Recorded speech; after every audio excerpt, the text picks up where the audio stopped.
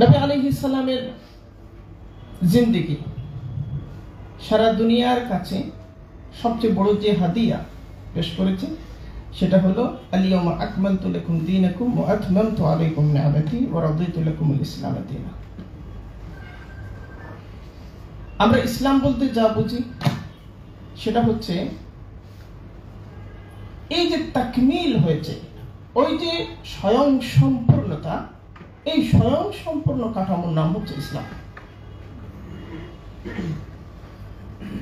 এই স্বয়ং সম্পূর্ণ কাঠামোর সাথে আমাদের যে বন্ধন, এই বন্ধনের তিনটা স্তর আছে। এক বন্ধন হচ্ছে বিশ্বাসের মাধ্যমে ইতিকাদ, এক বন্ধন হচ্ছে ফিক্রের মাধ্যমে চিন্তা, এক বন্ধন হচ্ছে আমলের মাধ্যমে। আমলি বন্ধন কম থাকতে পারে, বেশি থাকতে পারে। আমলি অনুশীলন কম থাকতে পারে, বেশি থাকতে পারে। ইতিকাদি বন্ধনটা মজবুত থাকতে হবে। ফলে কোথাও যদি কোনো সমাজে ইসলামের বাহ্যিক প্রতিষ্ঠার পূর্ণ কাঠামো অবিদ্যমান থাকে, অর্থনীতিতে, বাজার ব্যবস্থায়, নগর ব্যবস্থায়, প্রশাসনিক ব্যবস্থায় ইসলামের পূর্ণ কাঠামো অনুপস্থিত থাকে, আপনার এখানের মধ্যে এবং এখানের মধ্যে, আপনার ফিকিরের মধ্যে এবং আপনার দিমাগের মধ্যে সেটা অনুপস্থিত থাকতে পারবে না। আপনি যদি বিশ্বাসগতভাবে এই অনুপস্থিতিকে কবুল করে নেন যে না, রাষ্ট্রের সাথে ইসলামের সম্পর্ক নাই, বাজার ব্যবস্থার সাথে ইসলামের সম্পর্ক নাই, ব্যাংকিং সেক্টরের সাথে ইসলামের সম্পর্ক নাই, সম্পর্ক মানে কি ইসলাম দিয়ে তাকে পরিচালনা করা যায় না, আপনি যদি মনে করেন, ইসলাম থেকে আপনি ছিটকে পড়বেন। আমাদের সম্পর্ক তিন রকম। আকীদার মাধ্যমে ইসলামের সাথে যে সম্পর্ক, তাকমিল দ্বীনের পরিপূর্ণ রূপের সাথে, এটা বাধ্যতামূলক, বাধ্যবাধকতা, এর মধ্যে কোনো ধরনের শর্ত নেই, এটা মতলকান বিষয়। সবাইকে যে পরিস্থিতি থাকেন, আপনি ফ্রান্সে থাকেন, আমেরিকায় থাকেন, এমনকি ইসরায়েলের বহু সংখ্যক মুসলমান থাকেন, ইসরায়েলে বিপুল সংখ্যক মুসলমান থাকেন, ইসরায়েলেও যদি থাকেন, তাকে বিশ্বাস করতে হবে যে ইসলাম পরিপূর্ণ এবং জীবনের সকল সমস্যার সমাধান ইসলামে নিহিত আছে। আমি বিশ্বাস করি, কিন্তু আমি ঢাকা মহানগরীকে ইসলামের হাত দিয়ে সাজাতে পারছি না। আমি বিশ্বাস করি, কিন্তু বাংলাদেশ ব্যাংকে আমি ইসলামের হাত দিয়ে সাজাতে পারছি না। যখন পারছি না, তখন আমি আসলে কি কাঠগড়ায় দাঁড়াচ্ছি, কোন পর্যায়ে দাঁড়াচ্ছি? অনেকেই মনে করে যখন আপনি পারছেন না, তখন আপনার এই না পারাকে অনেকেই আক্ষরিকতা দিয়ে মোকাবেলা করতে চান। তারা আক্ষরিকতা দিয়ে এমনভাবে বোঝাতে চান যে বোধহয় আপনি ইসলামের বাইরে আছেন। বিষয়টা এরকম না। এগুলো হচ্ছে মাশরুত বিষয়, শর্ত সাপেক্ষ। একটা বিখ্যাত কিতাব আশরাফ আলী থানভী রাহিমাহুল্লাহ তাআলা আর-রাওযাতুন নাযিরা ফিল মাসাইলিল হাজিরা, সেখানে সমসাময়িক আধুনিক জগতে যে সমস্ত ইস্যুস এর মোকাবেলা আমাদের করতে হয়, সেগুলো নিয়ে তিনি অন্তর্দৃষ্টিপূর্ণ আলোকপাত করেছেন।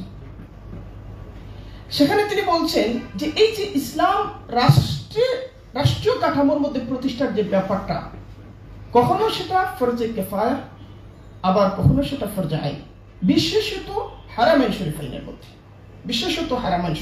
মধ্যে। কিন্তু কাদের জন্য ফরজে কিফায়া, কাদের জন্য ফরজে আইন, কোন পরিস্থিতিতে, কখন? দুই শর্তে। আশরাফ আলী থানভী রাহিমাহুল্লাহ তাআলা বলছেন দুই শর্তে। এক নম্বর শর্ত, ইস্তেতাআত থাকতে হবে। আপনার ইস্তেতাআত আছে, আপনি করছেন না। ইস্তেতাআত আছে, আপনি করছেন না, আপনি ফরজ আইন তরক করছেন। ইস্তেতাআত আছে বিশেষ এক মাত্রায়, আপনি করছেন না, হয়তো সেটা ফরজে কিফায়া তরক করছেন। এক নম্বর শর্ত ইস্তেতাআত। ওয়া আ'ইদ্দু লাহুম মাসতাতা'তুম মিন কুওয়া।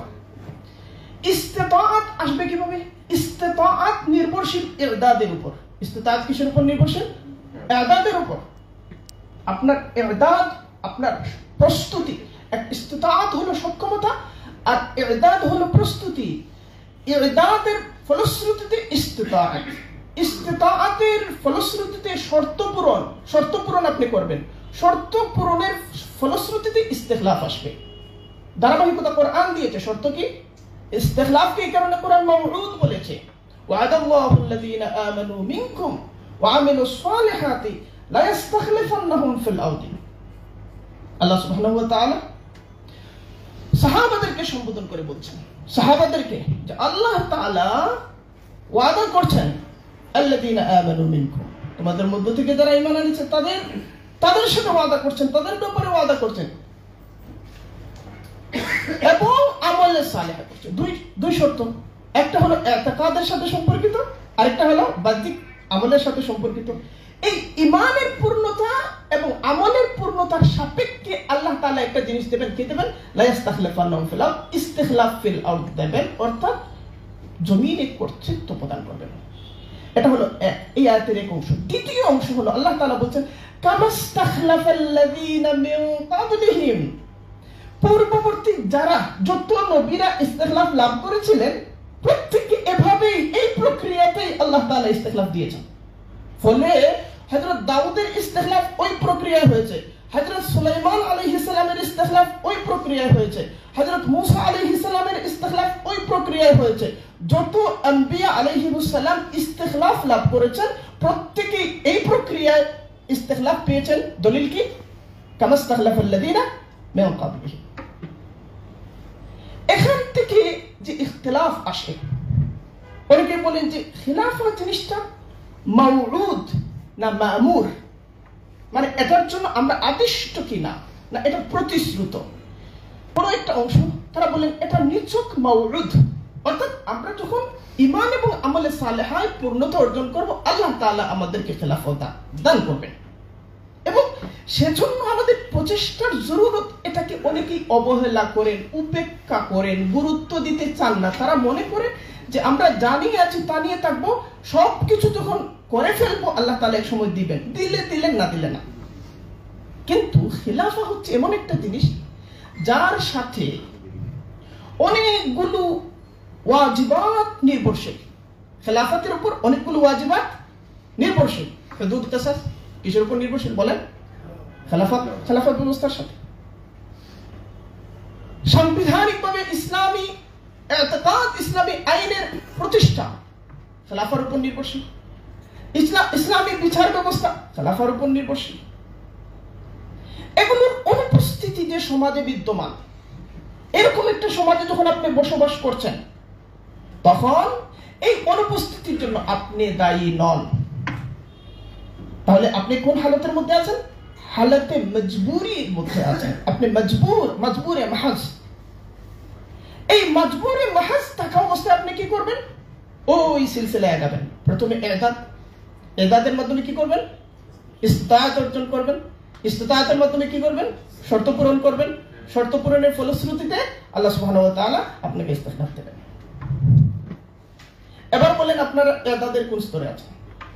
আমরা তো মাঠে ময়দানে যাই কম, আপনারা মাঠে ময়দানে। আপনারা বলেন এদাদের কোন স্তরে আছেন?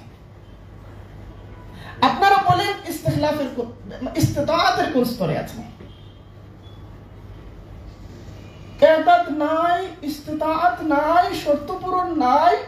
হঠাৎ একটা বিপ্লব এসেছে, আপনি এক ধাক্কায় খিলাফা কায়েম করে বসবেন। এটা কোথায়? আল্লাহর সুন্নাহ এটা সমর্থন করে না। এজন্যই তো আল্লাহ তাআলা এই সিলসিলা দিয়েছেন, এই ধারাবাহিকতা দিয়েছেন। কোথায় এদাদ? দেখেন এদাদ মানে, অনেকে এদাদ মানে মনে করি কিভাবে একটা গুলি করতে হবে এটা শেখা। এদাদ মানে সমস্ত কিছু, যত কিছুর সাথে ইস্তিখলাফ সম্পর্কিত সমস্ত কিছু, সর্বত্র আপনার এদাদ থাকতে হবে। রাষ্ট্র যেমন এটা ফুটবলের মাঠ, সবাই রাষ্ট্র নিয়ে কথা বলছে, এমন ভাবে কথা বলছে যেন এটা রাষ্ট্রকে সে পকেটে নিয়ে হাঁটে। এরকম নয়। রাষ্ট্রের পরিবর্তন, বহু আম্বিয়া আলাইহিস সালাম এমন পুরো জিন্দেগি মেহনত করেছেন, রাষ্ট্র ক্ষমতা পর্যন্ত যাওয়া হয় নাই।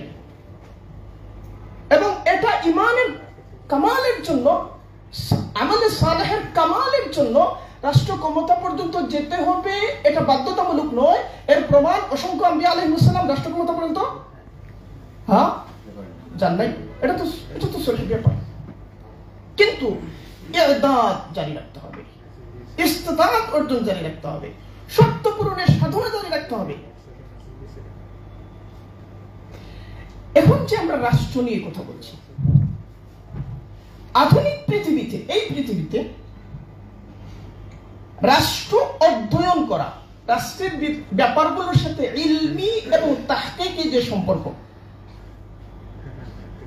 যে ফুনুনাতের সম্পর্ক, শাস্ত্রসমূহের সম্পর্ক, এগুলোর সম্মিলিত একটা কাঠামোর নামটা হলো রাষ্ট্রবিজ্ঞান।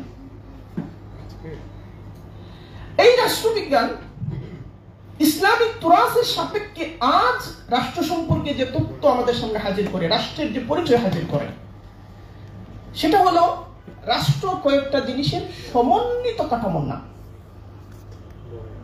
একটা হলো আল আরদ, আল আরদুল্লাতী বুনিয়াত আলাইহা আদ-দাওলা, সেই ভূমি, যে ভূমির উপর কি করা হবে, রাষ্ট্র গঠন করা হবে। ভূমি, প্রথম শর্ত হলো ভূমি, প্রথম জিনিসটা হলো ভূমি।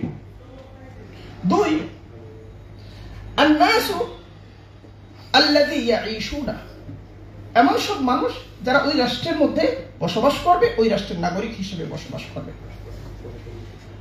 তিন নম্বর, হাইকালুদ দাওলাতি আল্লাযী বানাহু হাউলাইন নাসি ফি হাযিহিল আরদি। হাইকালুদ দাওলাতি, রাষ্ট্রের যে কাঠামো, রাষ্ট্রের যে কাঠামো, যে কাঠামোটা ওই রাষ্ট্রের নাগরিকরা তৈরি করেছে ওই জমিতে, ওই ভূমিতে, ওই সুনির্দিষ্ট ভূমিতে, ওই সুনির্দিষ্ট ভূমির অধিবাসীরা যে কাঠামোটা, যে হাইকাল তৈরি করেছে, যে স্থাপত্য তৈরি করেছে, যে কাঠামো তৈরি করেছে। 4 নম্বর হলো সিয়াদাতুদ দাওলা অথবা সুলতাতুদ দাওলা। যে রাষ্ট্র আপনি গঠন করলেন, এই রাষ্ট্রের সার্বভৌম পাওয়ার থাকতে হবে, সার্বভৌমত্ব থাকতে হবে। সার্বভৌমত্ব নাই, একটা রাষ্ট্র গঠন করলেন আপনি, এটা কোন এলাকা, এই এলাকার নাম কি জানো? পল্টন। আপনি পল্টন এলাকাকে ঘোষণা দিয়ে দিলেন রাষ্ট্র এবং একটা কাঠামো দাঁড় করিয়ে দিলেন। না, সুলতাতুদ দাওলা থাকতে হবে। সুলতাতুদ দাওলা অনেকগুলো জিনিসের উপর নির্ভরশীল। এখন শুধু শুধু সুলতান থাকলে হবে না, বরং আল ইতিরাফ ওয়াল মাকানাতুদ দাওলিয়াহ ফিল আলাম থাকতে হবে। এটা যে সার্বভৌম ক্ষমতা সম্পন্ন একটা রাষ্ট্র, এর আন্তর্জাতিক স্বীকৃতি থাকতে হবে, আন্তর্জাতিক গ্রহণযোগ্যতা থাকতে হবে। তা সে যে একটা বৈধ রাষ্ট্র, এই বৈধ রাষ্ট্রের স্বীকৃতি তাকে আদায় করতে হবে, নিতে হবে। এই যে ব্যাপারগুলো, এই ব্যাপারগুলো শেষ পর্যন্ত আধুনিক রাষ্ট্রবিজ্ঞানের শেষ কথা, যে রাষ্ট্রের একেবারে বেসিক প্রিন্সিপালস গুলো এই জিনিসের উপর নির্ভরশীল। আসেন বাংলাদেশ নামক যে রাষ্ট্র, বাংলাদেশ নামক রাষ্ট্র ঠিক দাঁড়িয়ে আছে কিসের উপর? একটা আর্দের উপর, তাই না? একটা আর্দের উপর। এই যে আর্দটা সারা দুনিয়ার মুসলিম রাষ্ট্রগুলো থেকে সম্পূর্ণ আলাদা। একটা মুসলিম রাষ্ট্রের সাথে বাংলাদেশ রাষ্ট্রের বাস্তবতার, ভূমি বাস্তবতার কোন মিল নেই। এমনকি গাজার সাথেও মিল নেই। গাজার পাশে মিশর আছে, সিনাই উপত্যকা আছে, সেখানে গাজা যে রাষ্ট্রের প্রস্তাব করছে, ফিলিস্তিন যে রাষ্ট্রের প্রস্তাব করছে, সেখানে পশ্চিম তীর এবং গাজার মধ্যে একটা সংযোগের প্রস্তাব আছে। সেটা আমেরিকাও স্বীকার করে নিয়েছে যে সেখানে একটা করিডোর থাকবে এবং পশ্চিম তীর হয়ে আপনি জর্দানের সাথে যুক্ত হচ্ছেন এবং সেখানে লেবাননের সাথে সংযুক্তির রাস্তা আছে এবং পার্শ্ববর্তী মুসলিম রাষ্ট্রগুলো আছে। বাংলাদেশ নামক যে রাষ্ট্র দাঁড়িয়েছে এই ভূমির উপর, আয়তনে সে পৃথিবীর 90তম রাষ্ট্র, আয়তনে, জনসংখ্যার বিচারে পৃথিবীর 8 নম্বর। থেকে সংকট, এটা অত্যন্ত ক্রিটিক্যাল একটা বিষয়। আয়তনে 90 আর জনসংখ্যার বিচারে 8ম, এবং জনসংখ্যার এই বিপুল উপস্থিতি বাংলাদেশকে গুরুত্বপূর্ণ করে তুলেছে নানা দিক থেকে, আবার অনেকগুলো চ্যালেঞ্জ আমাদের সামনে হাজির করেছে। এই ভূমির পশ্চিমে আছে পশ্চিমবঙ্গ, উত্তরে আছে পশ্চিমবঙ্গ, মেঘালয় এবং আসাম, পূর্বে আছে আসাম, ত্রিপুরা, মিজোরাম, মায়ানমার, দক্ষিণে আছে বঙ্গোপসাগর। এই যে পশ্চিমবঙ্গ, মেঘালয়, আসাম, ত্রিপুরা, মিজোরাম, 5 রাজ্য, এই 5 রাজ্য হচ্ছে ইন্ডিয়ার বিশেষ চরিত্র সম্পন্ন রাষ্ট্র। ইন্ডিয়ার রাজ্য, প্রতিটি রাজ্যের আলাদা আলাদা চরিত্র আছে। উত্তর প্রদেশের চরিত্র একরকম, মধ্যপ্রদেশের চরিত্র একরকম, দাক্ষিণাত্যের চরিত্র একরকম, কর্ণাটকের চরিত্র একরকম। এই রাজ্যগুলোর স্বতন্ত্র চরিত্র আছে। এবং মিয়ানমার যে রাষ্ট্র, বর্তমান পৃথিবীতে সবচেয়ে অস্থিতিশীল এবং সবচেয়ে হিংস্রতার অনুশীলনের জন্য যে সমস্ত রাষ্ট্র বিখ্যাত, তার মধ্যে মিয়ানমার অন্যতম। এবং একমাত্র বঙ্গোপসাগর ছাড়া বিশ্বের সাথে আমাদের সংযোগের আর দ্বিতীয় কোনো রাস্তা নেই। এবং এখানে একটা লড়াইয়ের মধ্যে আমরা আছি, সেটা হলো চীন এবং ইন্ডিয়ার আধিপত্য বিস্তারের লড়াই। এবং এই লড়াইয়ের মধ্যে কেন্দ্রীয় অবস্থানে আছে বিশ্বের প্রধান পরাশক্তি আমেরিকাও।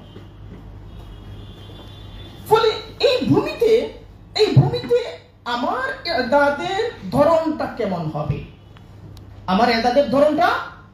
হবে, কিভাবে আমি সাস্টেনেবল প্রক্রিয়ায় আগাবো। আর এগুলো নিয়ে বলে হ্যাঁ উনি তো খেলাফত বিরোধী, উনি খেলাফত চান না। আরে ভাই, আমি তো বলছি যে আপনি সাঁতার শিখেন নাই, সাগরে চাপ দিয়েন না, সাঁতারটা আগে শিখেন। আপনারা বলছেন হ্যাঁ খেলাফত চান না, খেলাফত বিরোধী পাওয়া গেছে, ধরো তাকে। আপনি বলছেন শরিয়া বলতে কি বুঝেন? কোরআন, হাদিস, ইজমা, কিয়াস, এগুলোই। ইস্তেহসান থেকে কত শত শত মাসাইল ইস্তেমবাত হয়েছে বলেন? মাসালিহ মুরসালা থেকে কত শত শত মাসাইল ইস্তেমবাত হয়েছে বলেন? ইস্তিসহাবুল হাল থেকে কত শত শত মাসাইল ইস্তেমবাত হয়েছে বলেন? উরফ থেকে কত শত শত মাসাইল ইস্তেমবাত হয়েছে বলেন? এগুলো পরিস্থিতি, বাস্তবতা, বিবেচনা, সমস্ত কিছুকে বিবেচনা করে উসুল প্রণয়ন করা হয়েছে। এগুলো বাদ দিতে পারবে? কেউ বাদ দিতে পারবে? এগুলো বাদ দিলে তো ফিকহের বিরুদ্ধে বিদ্রোহ করবে, শরিয়ার বিরুদ্ধে বিদ্রোহ করবে। আমাদের সমস্যাটা হলো, আপনি দেখবেন যে বাংলাদেশে যতগুলো ইসলামিক ঘরানা আছে, ইসলামী রাজনৈতিক সিয়াসিদের ধারাগুলো আছে, আমি সবগুলোতে চাই। চরমোনাই বলেন, খেলাফা বলেন, ওই অংশ বলেন, জমিয়ত বলেন, প্রত্যেকের একেবারে আমি বলে দিয়েছি যে আপনাদের কেন্দ্রীয় আয়োজনগুলোতে যাব, যেখানে কেবল কেন্দ্রীয় নেতৃবৃন্দ থাকবেন, তাদের পলিসি নিয়ে, তাদের স্ট্র্যাটেজি নিয়ে, তাদের কর্মকৌশল নিয়ে আমি বিস্তর ভিন্নমত করি এবং সেখানে অনেক কিছু আমি সমালোচনা করি। এবং আমি বলে দিই যে আপনি আমাকে আরেকবার ডাকবেন, এটা আমি চাই না। আপনার কাছে প্রিয় হবার কোনো অভিপ্রায় আমার নাই, কিন্তু তারা বারবার নিতে চান, শুনতে চান। এমন যদি অবস্থা হয় যে কারো সম্পর্কে বলছি, সে নিজেকে ইসলাম ধরে নিয়ে ওই বলার কারণে আপনাকে ইসলাম থেকে, ওই যে আমরা ডিল ছড়ি না, পুকুরে ফেলে দেই, আপনাকে ইসলাম থেকে বুড়িগঙ্গাতে ফেলে দিচ্ছি, যেহেতু আমি ইসলাম আর আমার কোনো কিছু নিয়ে আপনি বলছেন, তাহলে আপনার জায়গা বুড়িগঙ্গায়। তাহলে যখন ব্যাপারটা এরকম যখন হয়, তখন আমরা যে সমস্ত জায়গায় সংস্কারের ব্যাপারে উদ্বিগ্ন থাকি, আমাদের উদ্বেগের তালিকায় যারা এই প্রবণতার মধ্যে আছেন তাদেরকে আমরা উপরের দিকে নিয়ে যাই, যে এদের নিয়ে আমাদের আরো কাজ করতে হবে। আপনার এগুলোর ফলে যে আপনার প্রতি আমাদের বিদ্বেষ তৈরি হয় না, এটা হতেই পারে না। দরদ তৈরি হয় এবং দায়িত্ব বাড়ে, যে আমাদের এই ভাইরা খেলাফত চান, ইসলামের দিলবাই চান, ইসলামকে গালিব করতে চান, কিন্তু তাদের বুঝের মধ্যে মনে হচ্ছে কোথাও না কোথাও অনেক বড় ধরনের সমস্যা আছে। আপনারা গালি দিয়ে যে বন্ধ করতে পারবেন না, যত বেশি গালি দেবেন, আপনাদের গালি এবং প্রশংসা কোনটাই, প্রশংসা আমাদেরকে আহ্লাদিত করে না, গালিও আমাদেরকে বিচলিত করে না। দায়িত্ব পালন করে যাব, এটা হচ্ছে আদ-দীন ওয়ান নাসিহা।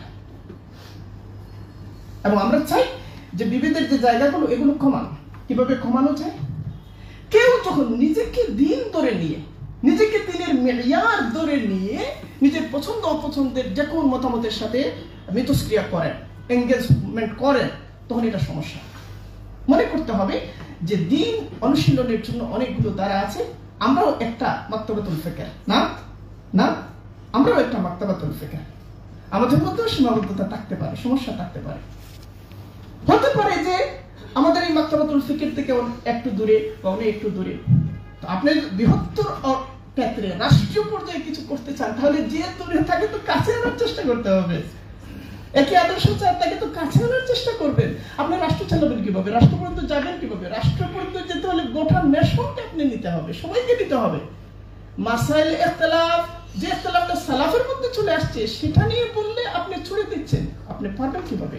ফলে আপনার অনেক জায়গায় কাজ করতে হবে। প্রথমত নজরিয়ার মধ্যে কাজ করতে হবে, ইলমিয়তের মধ্যে কাজ করতে হবে, আখলাকিয়তের মধ্যে কাজ করতে হবে। আমি অত্যন্ত বিনয়ের সাথে এগুলো বলছি, এবং এই কাজ আপনাকে করতে হবে তা বলছি না কেবল, আমাকেও করতে হবে, আমাদের সবাইকে করতে হবে। আমরা সবাই তাকাল্লুফের মধ্যে আছি। আমাদের দুই আখলাক, একটা হচ্ছে হয় তাকাল্লুফ, নয় তাকাদ্দুম। আমরা তাকাল্লুফের মধ্যে আছি। প্রত্যেকেই নানা সমস্যায় জর্জরিত, প্রত্যেকেই নানা সমস্যায় জর্জরিত, নানা দুর্বলতায় আক্রান্ত। আমাদেরকে সম্মিলিত চেষ্টার মাধ্যমে এগিয়ে যেতে হবে। আচ্ছা, এখন আমরা এটা বই দেখাচ্ছি না যে ভারতের পেটের ভিতরে আছি ফলে আমরা কাজ করব না, এটা নয়। এই জায়গায়, এই অবস্থায় আমরা কিভাবে কাজ করব, এর নির্দেশনাটা শরিয়ার মধ্যেই আছে, শরিয়ার মধ্যেই আছে। আমরা যে মাসাইলগুলো পাই, বলেন তো কিভাবে মাসাইলগুলো আসে? ফুকাহায়ে কেরাম নুসুস থেকে ইল্লাত বের করেন। ইল্লাত থেকে, ইল্লাত হচ্ছে কার্যকারণ, এই কার্যকারণের আলোকে তারা মাসাইল ইস্তেমবাদ করেন। এবং মাসাইলগুলো জামানার পরিবর্তনের প্রেক্ষাপটে পরিবর্তিত হয়েছে, মাকানের পরিবর্তনের প্রেক্ষাপটে মাসাইলগুলো পরিবর্তিত হয়েছে, আহওয়ালের পরিবর্তনের প্রেক্ষাপটে মাসাইলগুলো পরিবর্তন হয়েছে। ফলে আমি মনে করি আমাদের উলামার মধ্যে এক ধরনের জুমুদ আছে। আমরা মনে করি যে না, ইজতিহাদ নাম শুনলেই আমরা মনে করি কি না কি হয়ে যাবে। ইজতিহাদ দরকার, ইজতিহাদ দরকার। সেটা কিভাবে? আমরা এককভাবে মুস্তাহিদ হওয়ার সামর্থ্য আমাদের হয়তো নাই, কিন্তু আলমে ইসলামের মধ্যে আল্লাহ সুবহানাহু ওয়া তাআলা কখনো এমন হালত করবেন না যে সারা আলমে ইসলামীর শ্রেষ্ঠ নেতাগুলোকে একত্র করে একটা মুস্তাহিদ পরিষদ গঠন করা যাচ্ছে না, এটা তো হতে পারে না। এই জাতীয় মাসাইলগুলোতে ইজতিহাদ দরকার। ইজতিহাদের ক্ষেত্রে মনে রাখতে হবে ইজতিহাদ নানা রকম হয়। আপনি এক ইজতিহাদের অনুসরণ করছেন, ফলে আরেক ইজতিহাদকে আপনি আক্রমণ করবেন, বদআখলাকি করবেন, কিংবা তাকে দ্বীনের বাইরে ছুড়ে দেবেন, তাহলে এই যে কাজটা, এই কাজটা উসুলহীনতা, এগুলো সমস্যা। আচ্ছা দেখুন, এখন আমরা সেই আর্দ নিয়ে কথা বলছি। আর্দ নিয়ে প্রতিটি পয়েন্ট নিয়ে দু চার কথা বলার চেষ্টা করব। এখন একটা মাত্র দৃষ্টান্ত আপনাদেরকে দিই যে বাংলা, মানে বহু প্রকৃতিগত কারণে বাংলাদেশ কিরকম বড় ধরনের বিপর্যয়, বড় ধরনের হুমকির সম্মুখীন আছে। বাংলাদেশের যে নদীগুলো আছে, বাংলাদেশ নামক যে পাললিক ভূমি, এই ভূমিটা গঠন হয়েছে নদীর মাধ্যমে। নদী বিধৌত ভূমি হচ্ছে বাংলাদেশ। এখানে যে নদীর সংখ্যা, অনেকে বলছেন 203টা নদী। এই 203 নদীর মধ্যে যৌথ নদী অর্থাৎ আন্তঃসীমান্ত নদী, যে নদীটা দুই রাষ্ট্রের সীমান্ত ক্রস করেছে, এরকম নদী হচ্ছে 57টা। এই 57 নদীর মধ্যে 54টা নদী ইন্ডিয়া থেকে এসেছে, 54টা নদী ইন্ডিয়া থেকে এসেছে। এখন বাংলাদেশ ভারত যৌথ নদী কমিশন আছে, সেটা মেবি 1973 সালে গঠিত হয়েছিল। যৌথ নদী কমিশন বলছে যে ইন্ডিয়া থেকে বাংলাদেশে আসা নদী মাত্র 54টা। সম্পূর্ণ ভুল তথ্য তারা দিচ্ছেন।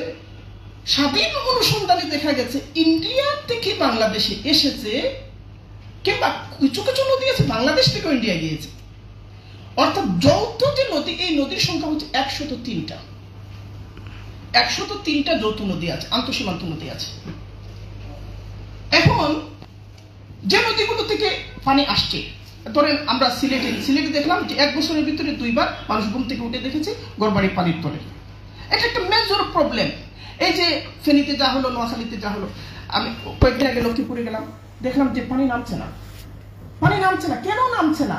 এই মানে নামতে পারছে না পানি। আমাদের অবকাঠামো, আমরা যে সমস্ত উন্নয়ন করেছি সেগুলোর কারণে পারছে না। এখানে নানা সমস্যা আছে, আরো নানা সমস্যা আছে নদীর সাথে সম্পর্কিত। এখন আগামী 50 বছরে বাংলাদেশ ঠিকবে কি না, আগামী 50 বছর পরে, এটা নির্ভর করছে আমরা আমাদের নদী সমস্যার সমাধান করতে পারবো কিনা। সারা পৃথিবীর পরিবেশ বিজ্ঞানীরা, রাষ্ট্রবিজ্ঞানীরা একমত, বেশিরভাগ তারা একমত যে পৃথিবীতে যদি মহাযুদ্ধ হয় তাহলে সেটা পানি নিয়ে হবে। পৃথিবীর সবচেয়ে বড় সমস্যা, প্রধান সমস্যা পানি। এখন প্রকৃতি আপনাকে এমন একটা জায়গায় রেখে দিয়েছে, আপনি ভাটিতে এবং ইন্ডিয়া উজানে। এখন চিন্তা করেন, ত্রিপুরা থেকে নদীটা ছেড়ে দিয়েছে, সিলেট থেকে ছাড়ে নাই, সিলেটের দিক থেকে ছাড়ে নাই। একই সময়ে সোমাকুশিয়ারা ছেড়ে দিল, একই সময়ে তিস্তাও ছেড়ে দিল, একই সময়ে ব্রহ্মপুত্র ছেড়ে দিল, হ্যাঁ, একই সময়ে যমুনাও ছেড়ে দিল। তখন কি হবে? তখন প্রত্যেকের, আমি ত্রাণ নিয়ে যাচ্ছি, আমার ঘরেও তো তখন বুক সমান পানি কিংবা গলা সমান পানি, নাকি? আমি কে কার দিকে তাকাবে? এমত অবস্থায় আপনি বাংলাদেশে এই যে নতুন বিপ্লব হলো, এই সরকারের মেজর দায়িত্বের মধ্যে একটা হলো যে নদী সমস্যার সমাধান আমরা কিভাবে করব, পানি বন্টন সমস্যার সমাধান আমরা কিভাবে করব। এবং সেটা নির্ভর করবে কিসের উপর জানেন? সেটা নির্ভর করবে সুলতানের উপর, বাংলাদেশের সার্বভৌম কর্তৃত্বের উপর। আর এই কর্তৃত্বের ইতিরাফ এবং মাকানা আন্তর্জাতিক পরিসরে কিভাবে আছে, অর্থাৎ আন্তর্জাতিক শক্তিসমূহ প্রয়োগ করে, আইনসমূহ প্রয়োগ করে কিভাবে ভারত রাষ্ট্রকে বাংলাদেশ সরকার বাধ্য করবে ন্যায্য হিসাব প্রাপ্তির ক্ষেত্রে। এবং এই যে বাংলাদেশের তাসাল্লুত এবং বাংলাদেশের এই যে কুওয়া, এই কুওয়াটা সে কিভাবে সর্বোত্তম প্রক্রিয়া নিশ্চিত করবে, এটা কৌশলের সাথে সম্পর্কিত। এই কৌশল আপনাদের হাতে আছে। আপনারা নদী অধ্যয়ন করেছেন করেন বলেন তো? যারা ইসলামী রাজনীতি করেন তাদেরকে আমি সবই দেয়। আর একটা আমি ইসলামী দল, শীর্ষস্থানীয় একটা ইসলামী দল, আমি অত্যন্ত বিনয়ের সাথে বলেছিলাম যে নদী সমস্যার সমাধান নিয়ে আপনাদের প্রস্তাব রাখি। আপনি রাষ্ট্র চান, কি দিয়ে চান? আপনার রাষ্ট্র মানে আপনি সমস্যার সমাধানের জায়গায় যাবেন। আপনি তো স্টাডি করে নাই ভাই। আমাদের মধ্যে একজনের নাম বলে যিনি সর্বাত্মকভাবে ইসলাম চান, আবার যিনি নদী বিশেষজ্ঞ, যিনি ভূতত্ত্ব বিশেষজ্ঞ। এইভাবে তো হবে না। এই তাসাল্লুত যে হবে, তাসাল্লুতের ব্যাখ্যা করেছেন ইবনে তাইমিয়া রাহিমাহুল্লাহ তাআলা তিন জিনিস দিয়ে। একটা হলো আল ইলম, 2 নম্বর হলো আল মিজান, 3 নম্বর হলো আল হাদিদ।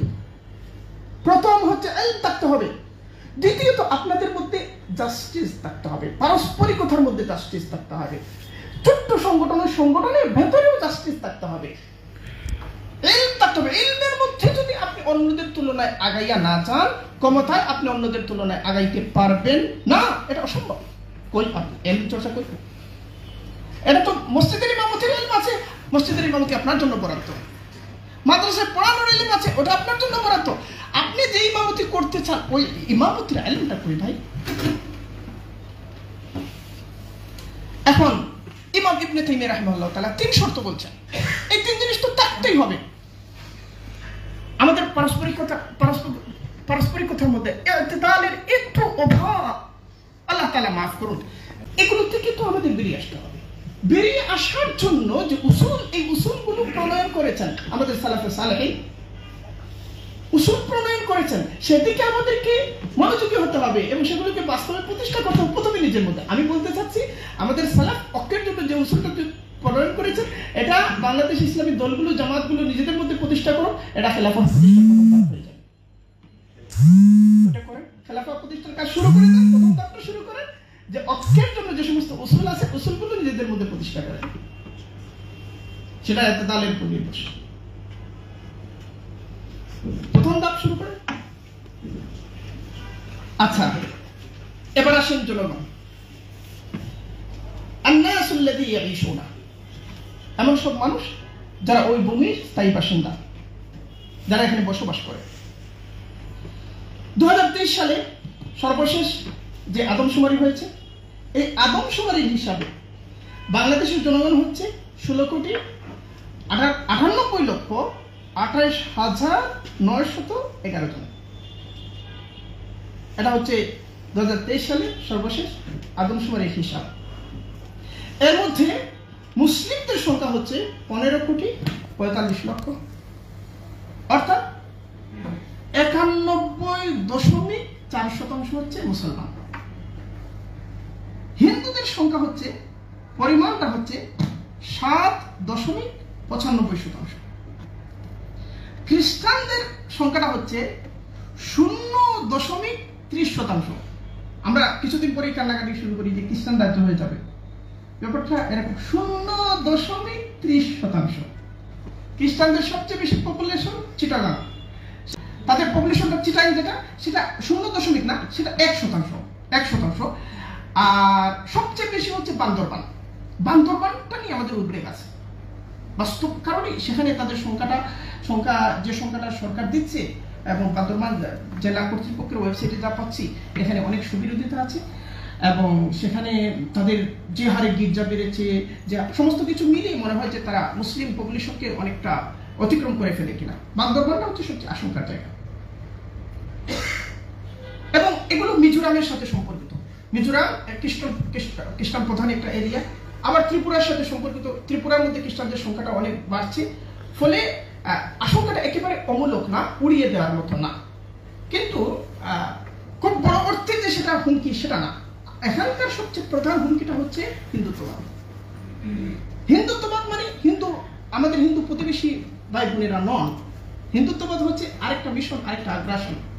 এবং আমাদের এই যে আসাদ পারভেজ একটা বই লিখেছেন হিন্দুত্ববাদ নিয়ে। তো আসাদ পারভেজ বলছেন যে তাকে হুমকি দেওয়া হচ্ছে, কি সব গালি যে তোকে আমরা শেষ করে ফেলবো। কেন? একটা বই লিখছেন, এবং আসাদ পারভেজ চিন্তিত ছিলেন যে তিনি কি করবেন, দেশ থেকে চলে যাবেন কিনা দেশে থাকবেন। আমরা বললাম যে আপাতত আপনি কম লিখেন। এই তো বিগত রেজিমের সময় ঘটনাগুলো ঘটেছে। হিন্দু এক জিনিস, হিন্দুত্ববাদ আরেক জিনিস। হিন্দুত্ববাদ এখানে মেজর একটা প্রবলেম। হিন্দুত্ববাদ এরকম একটা প্রবলেম, জানবাদ যেরকম প্রবলেম। এখানকার মেজর প্রবলেমটা হচ্ছে হিন্দুত্ববাদ। এর সাথে হিন্দু ভাইদেরকেও লড়তে হবে, তাদেরকেও লড়তে হবে। আচ্ছা, এখন এই যে পপুলেশন, এর মধ্যে 8,17,12,000 পুরুষ, 8,33,47,000 নারী। এবার নারীদের সংখ্যা একটু বেশি, তো আপনারা অনেকেই এটা করবেন সেটা করবেন, মাসনা সুলাসা রুবা। নারীদের সংখ্যা বেশি আছে পুরুষদের তুলনায়, কয়েক লক্ষ বেশি, বেশ কয়েক লক্ষ বেশি। এখন সবচেয়ে বেশি উপেক্ষিত পরিবার। ইসলাম যে সভ্যতার কথা বলে, এটা পরিবার থেকে শুরু হয়। সভ্যতাটা প্রথমে ফর্দ থেকে শুরু হয়।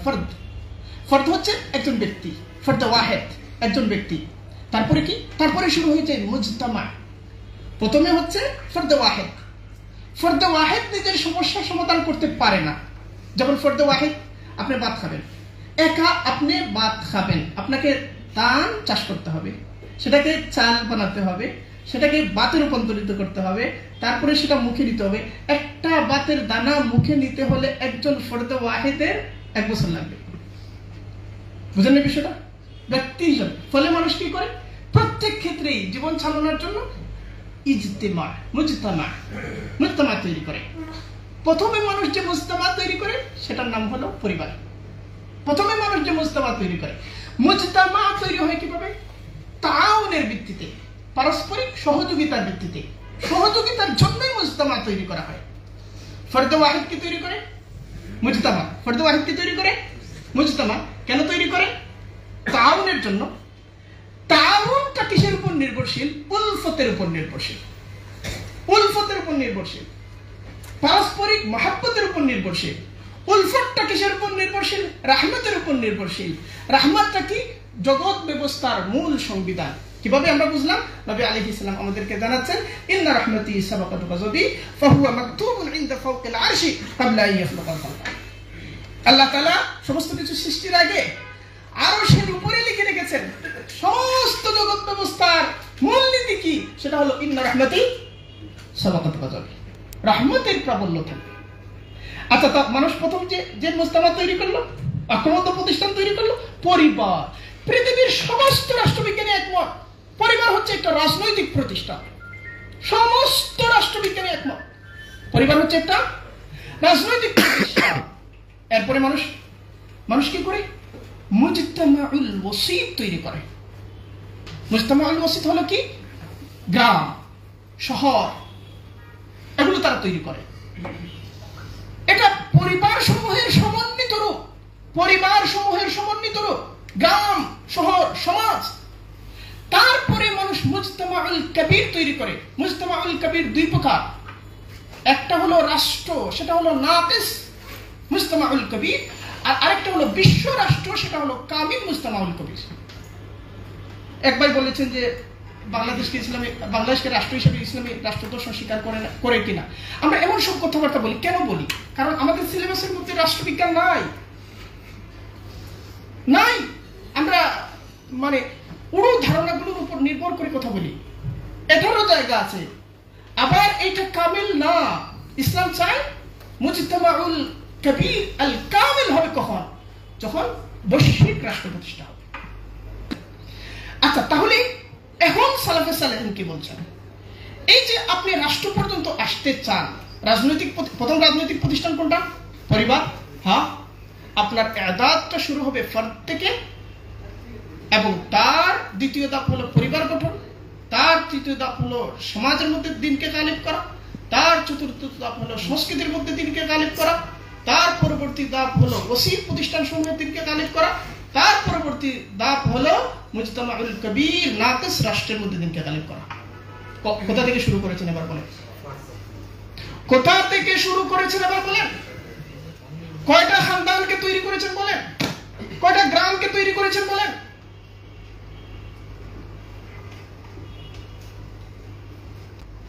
অনেকেই বলে ইসলামী রাজনৈতিক দলগুলো এত বছর ধরে কি দিচ্ছে? আমি তো দেখি না। আমরা যে কাজ শুরু করি নাই সেটার জন্য আমরা কি দেব? আগে তো শুরু করতে হবে। আমরা ছোট ছোট দল, এগুলো এক একটা, আপনার দয়া করে মাফ করবেন, এগুলো এক একটা সমিতি, কোনটা একটু হুজুর সমিতি, আর কোনটা হুজুরের সাথে সাথে আরো কিছু মিলিয়ে এক একটা সমিতি। এই সমিতিগুলোর কিছু শাখা প্রশাখা থাকে আর কি। মাঝে মধ্যে মিছিল মিটিং হয়। এগুলো রাজনৈতিকতা না, এগুলো সিয়াসা না। ওই দিন এই মঞ্চে দাঁড়িয়ে আমি সিয়াসা নিয়ে আলোচনা করেছি প্রায় 2 ঘন্টা। আপনার মেহরবানি করে আলোচনাটা শুনবেন, এবং 2 ঘন্টার আলোচনার বিষয় না, এটা ঘন্টার পর দিনের পর দিন আলোচনার বিষয়। আমাদের নজরিয়া আগে সাফ করতে হবে। আমাদের সালাফে সালেহিন একটা দুইটা না, শত শত হাজার হাজার কিতাব লিখেছেন এই বিষয়ে। আচ্ছা, এখন এই যে জনগণ দেখেন, এই জনগণের চালক কারা? বাংলাদেশের যে জনগণ, এর মধ্যে চালক কারা? সময় শেষ হলে বলে দেবেন, কারণ এই আলোচনা যেহেতু শেষই হবে না, ফলে আগেই শেষ করে দেবেন। হ্যাঁ, ঠিক আছে। তাহলে আচ্ছা, ঠিক আছে। এখন এই যে বিশাল জনগোষ্ঠী বাংলাদেশে, এই জনগোষ্ঠীর মধ্যে গ্রামে থাকেন 11,31,10,00,000 মানুষ, এরা গ্রামে থাকেন। শহরে থাকেন 5,20,48,000 মানুষ, এরা শহরে থাকেন। এই শহরে থাকা মানুষের মধ্যে, এই শহরে থাকা 5 কোটি মানুষের মধ্যে, এই 5 কোটি মানুষকে চাকরি দিয়ে, সুযোগ সুবিধা দিয়ে, বাসার মধ্যে থাকতে দিয়ে পরিচালনা করে 1 কোটি মানুষ। ফলে বাংলাদেশের রাষ্ট্র ব্যবস্থা, সমাজ ব্যবস্থা, অর্থনীতি ব্যবস্থার সকল সুযোগ সুবিধা কেন্দ্রীভূত 1 কোটি মানুষের দিকে। আবার এই 1 কোটি মানুষ কিন্তু পুঁজিপতি না, এই 1 কোটি মানুষের মধ্যে প্রায় অর্ধেক 50 লক্ষ মানুষ হবে যারা পুঁজির সাথে প্রত্যক্ষভাবে জড়িত। আর এই 50 লক্ষের মধ্যে সর্বশেষে দেখা গেছে প্রায় 1.5 লক্ষ মানুষ যারা বড় ধরনের পুঁজির মালিক হয়ে গেছে।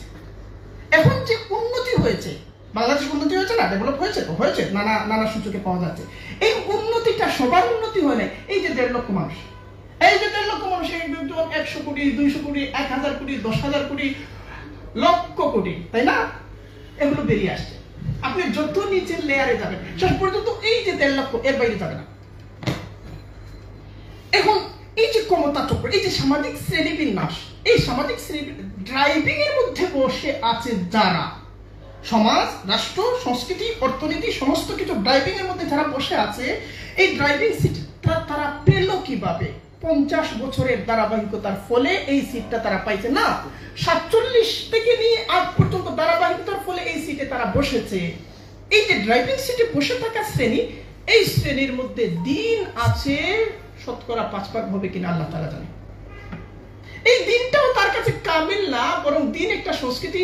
ঈদের দিনে যাব, জুম্মার দিনে যাব, আর বিশেষ পরিস্থিতিতে মাথায় টুপি দেব, এরকম কেউ কেউ আছে তাবলীগ করে। এদেরকে বাদ দিয়ে এই যে বুর্জোয়া শ্রেণী, এই যে রাষ্ট্রের উপর চেপে বসা শ্রেণী, যারা প্রায় 70 বছরের ধারাবাহিকতার ফলে এখানে এসেছে, একদিনে আপনি উল্টাবেন? একদিনে কিভাবে উল্টাবেন? এখন আপনি যে উল্টাতে চান, আপনি কে? দেখেন, বাংলাদেশে 3,70,00,000 শিক্ষার্থী আছে। 3,70,00,000 শিক্ষার্থী। এদের মধ্যে কওমি মাদ্রাসা সংখ্যা বিগত সরকার সর্বশেষ আমাদের যেটা জানিয়েছে 19,199। কওমি মাদ্রাসা যারা পড়ে তাদের সংখ্যা 15 লক্ষ। কওমি মাদ্রাসা যারা পড়ে তাদের সংখ্যা 15 লক্ষ। আর সরকারের গেজেট অনুযায়ী আলিয়া মাদ্রাসা যারা পড়ে তাদের সংখ্যা 45 লক্ষ। 3,70,00,000 শিক্ষার্থী, সমস্ত কিছু মিলে। কওমি মাদ্রাসায় পড়নেওয়ালা 15 লক্ষ। আপনারা কওমি মাদ্রাসা দিয়ে ইসলাম কাম করে ফেলবেন? কিভাবে করবেন? এই কওমি মাদ্রাসার ভিতরে কতগুলো আলাদা আলাদা দ্বারা উপদ্বারা। আচ্ছা, এই যে কওমি মাদ্রাসা, আপনি রাষ্ট্র পরিবর্তন করেন। আমি শেষ করি। রাষ্ট্রের যে প্রতিষ্ঠানগুলো, আমরা যে হাইকালুদ দাওলা বলছি, রাষ্ট্রের যে প্রতিষ্ঠানগুলো কি? একটা হচ্ছে আইন বিভাগ, একটা হচ্ছে শাসন বিভাগ, একটা হচ্ছে বিচার বিভাগ। প্রধান যে বুনিয়াদ, রাষ্ট্রের বুনিয়াদ হচ্ছে প্রধান বুনিয়াদ, তারপরে হচ্ছে মিডিয়া, তারপরে সিভিল সোসাইটি, আরো নানা আছে। নির্বাহী বিভাগের মধ্যে যেমন সচিবালয় আছে, মন্ত্রী পরিষদ আছে, অ্যাটর্নি জেনারেল প্রশাসন, স্থানীয় প্রশাসন ইত্যাদি সমস্ত কিছু। আপনারা যে কওমি মাদ্রাসা, আপনারা তো এটা আগে স্থির করে ফেলেছেন, আপনারা এই সমস্ত নাপাক জায়গায়, হ্যাঁ বলেন তো, আপনারা বলে এই সমস্ত নাপাক জায়গায় আপনারা যাবেন না। এই সমস্ত নাপাক জায়গায় আপনারা যাবেন না। আপনাদেরকে আল্লাহ সুবহানাহু ওয়া তাআলা অনেক পাক পবিত্র রেখেছেন, এই নাপাক জায়গাগুলোতে যাবেন না। মাশাআল্লাহ, খুব ভালো। ওনারা খুশি যে এই হুজুররা এইসব জায়গায় এসে কোনো ডিস্টার্ব করতেছে না। মাশাআল্লাহ, এই যে আন্দোলনটা হলো, এই যে কোটা বিপ্লবটা হলো, বিপ্লবটা কি নিয়ে হলো? কোটা ইস্যু নিয়ে, তাই না? কোটা ইস্যু কি? সমাজের সবচেয়ে পিছিয়ে পড়া অংশ, তাদেরকে রাষ্ট্রের মূলধারার সাথে একীভূত করার জন্য সংবিধান তাদেরকে কোটা ব্যবস্থা দিয়েছে। কোটার মাধ্যমে তারা চাকরি পাবে, সুযোগ সুবিধা পাবে, রাষ্ট্রীয় সুযোগ সুবিধা পাবে, রাষ্ট্রে তাদের উপস্থিতি বাড়বে, তাদের অধিকার সংহত হবে, সুরক্ষিত হবে, তারা সবার সাথে একীভূত হবে। এখন এই কোটার জন্য আন্দোলন করে এত পরিবর্তন, আপনি কি করেছেন? আপনি আগেই বলে রেখেছেন যে এই সিস্টেমের মধ্যেই আমি নাই, তাই তো? এই সিস্টেমের মধ্যে আপনি নাই, সন্তুষ্ট চিত্তে আপনি নাই, আবার বলতেছেন এই সিস্টেমের মালিকানা চান। কিভাবে এটা কিভাবে পসিবল? এই যে 14 লক্ষ দিয়ে আপনি কমাই ফেলবেন, এই 14 লক্ষ কি প্রস্তুত? এই 14 লক্ষ কি আমাদের আধুনিক রাষ্ট্রীয় কাঠামোর সাথে পরিচিত? ফলে শুরু করতে হবে কোথা থেকে? শুরু করতে হবে কোথা থেকে? আবার বলছি, শুরু করতে হবে কোথা থেকে? শুরু থেকে। সেটা শুরু করেন, এটাই হচ্ছে আসল কাজ।